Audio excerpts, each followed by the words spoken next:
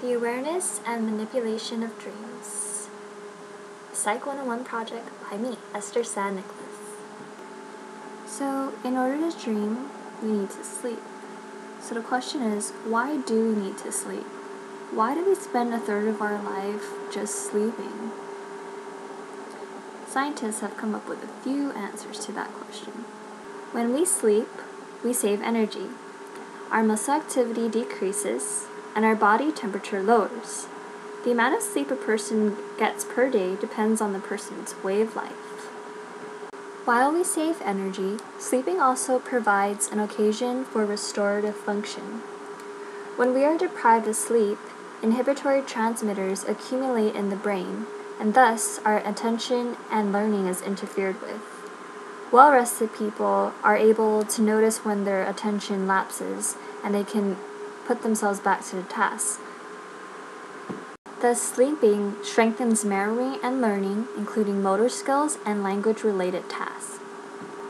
There are 4 stages of non-REM sleep, but we shall focus on REM. REM sleep stands for Rapid Eye Movement Sleep. During REM sleep, a person's eyes literally moves rapidly back and forth under closed lids.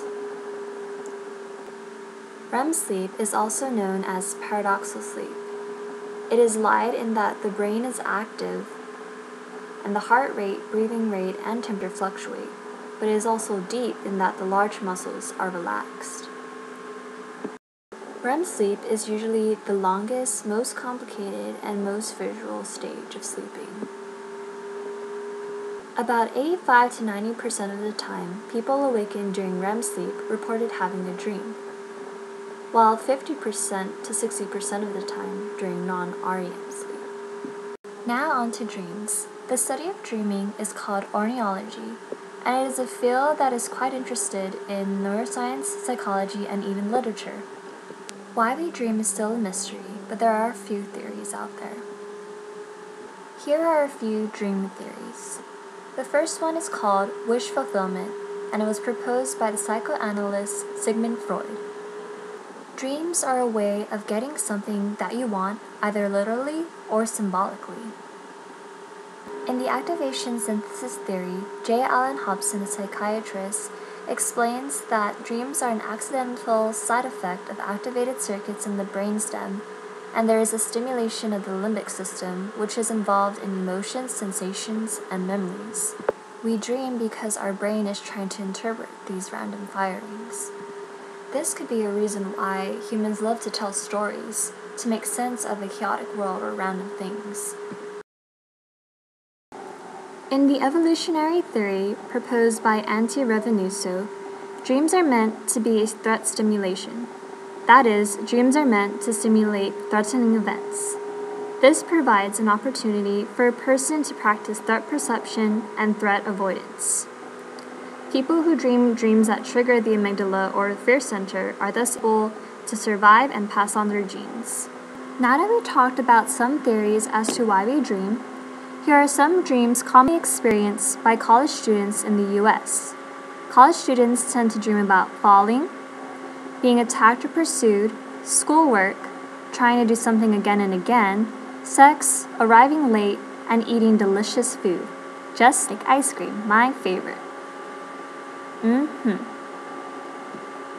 Sometimes people experience lucid dreaming, which is coined by the Dutch psychiatrist Frederik van Eden in 1913. Van Eden explained that in lucid dreaming, quote, the reintegration of psychic functions is so complete that the sleeper reaches a state of perfect awareness and is able to direct his attention and to attempt different acts of free volition. Yet the sleep, as I am confidently to state, is undisturbed, deep, and refreshing. Most of the times, we are not aware that we are dreaming while we are dreaming. But sometimes, we become conscious enough to realize that we are dreaming. When you experience this, you are a lucid dreamer. Some people report that they can think clearly, remember circumstances in real life, and/or make decisions after reflecting.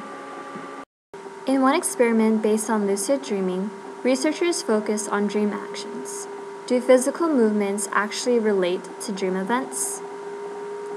In London, with researchers Morton Shachman and Peter Fenwick, Alan Worsley, a lucid dreamer, planned to draw triangles in his next dream and would flick his eyes as a signal to show that he did so.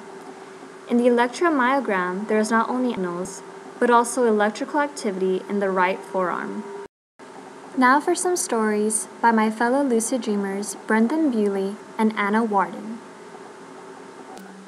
So basically during this dream, I was in my house in my hometown in Bakersfield, which is a city a couple hours north of LA, Bakersfield. And I was talking to my mom about visiting Bakersfield over fall break, and then I was wondering, okay, why am I talking about visiting Bakersfield when I'm already there? And I realized, oh, I'm just dreaming. I'm having a weird dream.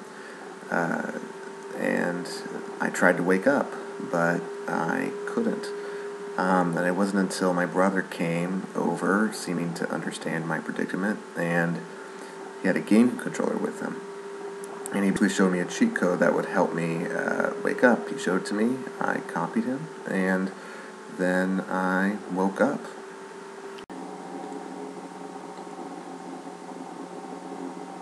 I one time had this dream that I was in a factory, and apparently it was full of gears. And so I'm in this factory, and I'm running, and I'm running, and I'm running, and I'm not consciously aware of anything except I'm running for my life. And there's a very scary man chasing me. And that's just, I keep running and running and running around this factory. Hey, look, that's me. And so I'm running, and there's a very angry man down there. And then I finally go up a staircase, and there's a gun pointed at my face. Oh, and he's very upset. And there's a gun pointed at my face. And so I'm looking at this gun. This is when I become aware that I'm dreaming, and I can do anything in this world. And so as I'm looking at the gun, and it looks pretty fancy like this one, a bullet starts coming at my face. And then I slow it down in time, and I reverse the direction because I know that I'm dreaming, and I know that nothing can hurt me.